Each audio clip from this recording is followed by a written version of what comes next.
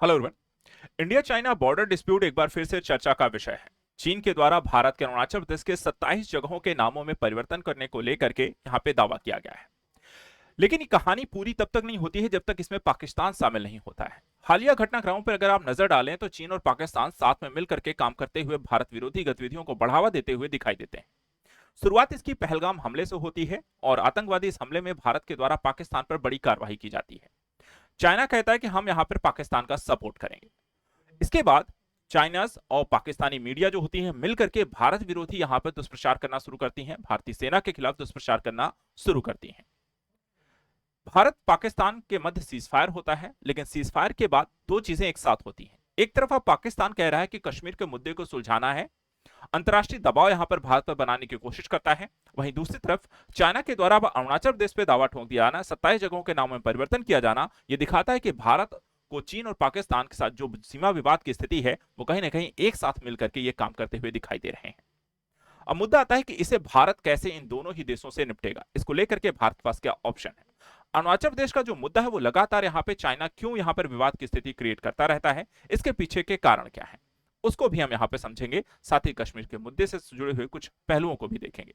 सबसे पहले क्योंकि जो पूरी घटनाक्रम है उसको समझने का इसमें प्रयास करते हैं और इस कहानी की शुरुआत जैसे देखा मैंने कहा कि पाकिस्तान के द्वारा जो पहलगाम यहाँ पे टेरर अटैक किया गया था उस समय भी यहाँ पे उनके जो विदेश मंत्री हैं और प्रधानमंत्री रहे हैं, वहां के जो राष्ट्रपति हैं, वो यहाँ पे चाइना लगातार पाकिस्तान को सपोर्ट करता है। दूसरी तरफ चाइना ये भी कह रहा था कि यहाँ पे जो भी हमला हुआ है उस पर भारत कार्रवाई न करे, बल्कि यहाँ पर उसकी छानबीन की जाए अंतर्राष्ट्रीय यहाँ पर सहयोग से मिल करके। तो एक तरीके से चाइना लगातार पाकिस्तान को सपोर्ट करता रहा है। इसके बाद भारत ने कार्रवाई क्या की। भारत ने कहा कि देखो, चाइना पर एक तरीके से हमें कंट्रोल करना है तो उसको यहाँ पर जो व्यापार की स्थिति उस पर कमजोर करिए। जैसे कि यूएसए के द्वारा भी चाइना पर लगातार टैरिफ यहाँ पर बैन किए गए, टैरिफ लगाया गया भारी भरकम। भारत ने भी यहाँ पर जवाबी कार्रवाई करते हुए 12% का टैरिफ लगा दिया। दूसरी तरफ यहाँ पर चाइना की जो ग्लोबल टाइम्स यहाँ पर जो न्यूज चैनल जो लगातार भारत सरकार और भारतीय सेना के खिलाफ प्रोपेगेंडा फैला रही थी उसको यहाँ पर बैन कर दिया गया भारत में। लेकिन कहानी यहां पर पूरी नहीं होती है। क्यों? क्योंकि विवाद की स्थिति में चाइना एक नया मोड़ दे देता है और मोड़ लाते हैं अरुणाचल प्रदेश को लेकर के।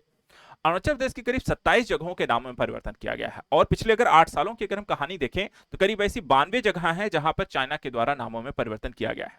लेकिन क्या किसी के नाम परिवर्तन से किसी की और ये जगह और की हो जाएगी? ये एग्जांपल आप ऐसे समझ सकते हैं कि आपके घर के नाम को किसी और व्यक्ति के द्वारा कुछ और नाम से बुलाया जाए तो ऐसा नहीं कि वो नाम दे देने से वो घर उसका हो जाएगा, वो घर आप ही का रहेगा। कुछ ऐसा ही कहना है भारत के विदेश मंत्रालय का कि चाइना कुछ भी कहे, ये ऐसा होना संभव नहीं है।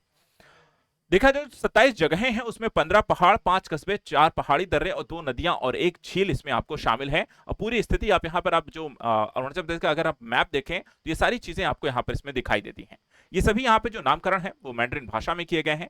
अलग अलग नामों की अगर हम बात करें तो यहाँ पर जो नाम है चीन ने अरुणाचल प्रदेश 27 जगहों के नाम बदले हैं वो अलग अलग क्षेत्रों को लेकर के हैं। इसमें अगर आप देखें तवांग का एरिया जो भारत और चाइना के मध्य लगातार एक विवाद की स्थिति रहती है, इसमें यहाँ पर 7 नाम है। इसके बाद अपर सियांग में अगर हम देखें तो करीब 19 आपके बाकी जो नाम हैं वो अपर सियांग के क्षेत्र के हैं, कुछ अंजा से हैं, कुछ वेस्ट काम और सी योमी से लेकर टोटल यहाँ पर इन 4 क्षेत्रों के 5 क्षेत्रों के यहाँ पर 27 नामों को परिवर्तित किया गया है। लेकिन ये विवाद लगातार भारत चीन के मध्य होता क्यों है? जो विवाद की स्थिति है, जो बॉर्डर डिस्प्यूटेड समस्या है वो कहां है? तो अगर हम पूरे बॉर्डर से एरिया को अगर आप देखें, जो यहां पर आप मैप में अगर नजर डालें तो भारत चीन करीब 3500 किलोमीटर एरिया की लंबी सीमा को यहां पर साझा करते हैं, जिसे हम एलएसी कहते हैं, लाइन ऑफ एक्चुअल कंट्रोल। अब विवाद की स्थिति को हम 3 हिस्सों में देखते हैं। जो भारत और चाइना के मध्य पूरी जो सीमा लगती है, तो यहां पर आप कश्मीर से लेकर के आप देखें तो यहां अरुणाचल प्रदेश के क्षेत्र में 3 हिस्से अलग अलग हैं। पहला जो है जो कश्मीर का हिस्सा है जिसे हम पश्चिमी सेक्टर कहते हैं, जहां पर एलएसी है। यहां पर आक्साई चीन के क्षेत्र पर चीन के द्वारा कब्जा किया जा चुका है 1962 के युद्ध में ही। उसके बाद जो मध्य यहां पर सेक्टर है, जिसको हम यहां पर कह सकते हैं कि उत्तराखंड वाला जो क्षेत्र यहां पर आपका है, हिमाचल प्रदेश वाला सेक्टर यहां पर, तो ये मध्य सेक्टर है। इसके बाद पूर्वी सेक्टर है जहां पर अरुणाचल प्रदेश का क्षेत्र आता है, जिसपे तवांग एक एरिया है जो लगातार यहां पर इस पर दावा किया जाता है पूरा अरुणाचल क्षेत्र को तिब्बत का यहां पर हिस्सा बताया जाता है। कहानी यहां पर अगर हम इसे समझने का प्रयास करें तो ये पूरी जो कहानी है, जहां पश्चिमी सेक्टर में है 1597 किलोमीटर जम्मू कश्मीर का एरिया है। मध्य सेक्टर हिमाचल प्रदेश उत्तराखंड का 545 किलोमीटर का एरिया है। पूर्वी सेक्टर को हम देखें तो सिक्किम और अरुणाचल प्रदेश का जो 1346 किलोमीटर लंबा है। अब इस दो हिस्से यहां पर जो मूल समस्या है, एक तरफ अक्साई चीन जहां पे 1960 के युद्ध में इसको कब्जा किया जा चुका है, और अरुणाचल प्रदेश जहां पर अब चाइना लगातार कोशिश करता है कि उसे भी वो अपने हिस्से में शामिल कर ले। अब अगर हम यहां पर देखें, भारत के द्वारा लगातार एक जो एलएसी की जो यहां पर सीमा रेखा है वो कहां पर है। अब इसमें एक हिस्सा और भी आपको आता है,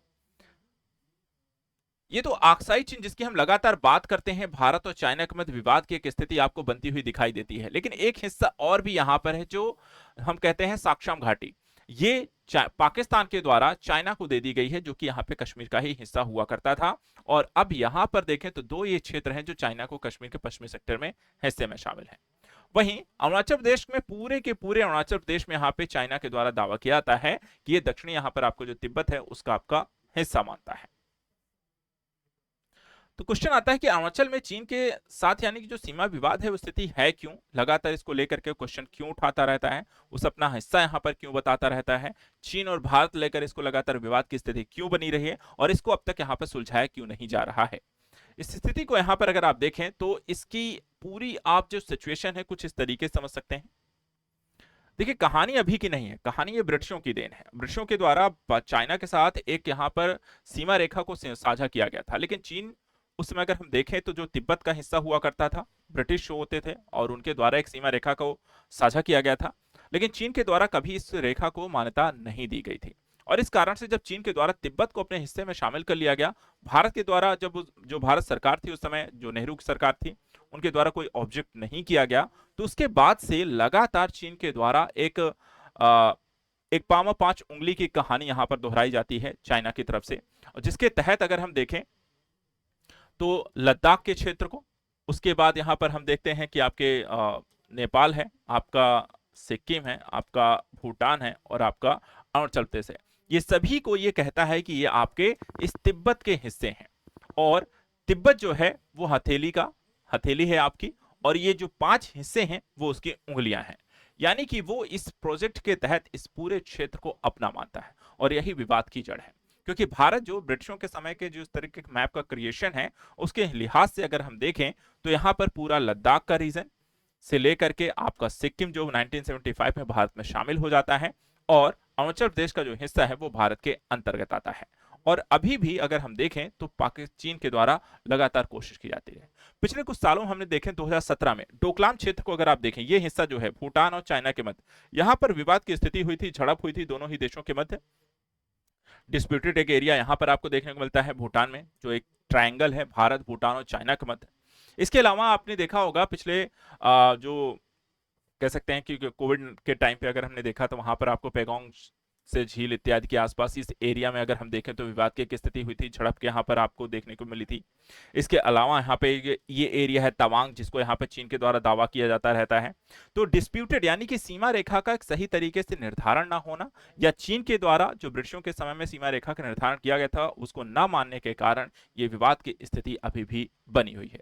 दोनों ही देश अब तक यहाँ पर एक उचित कह सकते हैं, या मूल रूप से हम कहें तो चाइना के द्वारा अपनी आक्रामक पॉलिसी के तहत जो लगातार कभी कभी अरुणाचल को अपने मैप में दिखाता है, अक्साई चीन को लद्दाख को अपने मैप में दिखाता है, और वो इस कोशिश में लगातार रहता है कि भारत को किसी न किसी तरीके से प्रेशराइज किया जाए। कई बार यहाँ घुसपैठ की भी कोशिश की जाती है, और इसीलिए वो पाकिस्तान का सहारा लेता है। पाकिस्तान का सहारा इसलिए भी लेता है क्योंकि इसके माध्यम से कहीं कश्मीर का मुद्दा, कहीं आतंकवाद का मुद्दा, भारत को कमजोर करने की कोशिश, और उसके माध्यम से वो अपने यहाँ पर चीजों को सफल बनाने की कोशिश करता है। लेकिन भारत इसको लेकर के सजग है। हमने भारत पाकिस्तान के युद्ध में एक चीज तो देख ली कि भारत अपनी सीमा को सुरक्षित रखने में कितना यहाँ पर सक्षम है, और चीन को भी ये चीजें समझ में आ चुकी हैं, और इसलिए वो डायरेक्टली नहीं लेकिन इनडायरेक्टली भारत को किसी न किसी तरीके से यहाँ पर प्रेशराइज करने की कोशिश करता है। तो इंडिया चाइना बॉर्डर डिस्प्यूट को लेकर के आज के करंट न्यूज में इतना ही। ऐसे इंपॉर्टेंट टॉपिक्स को लेकर के हम लगातार आपको यहाँ पे जानकारी देते रहेंगे। चैनल के साथ जुड़े रहें। Thank you so much and good luck.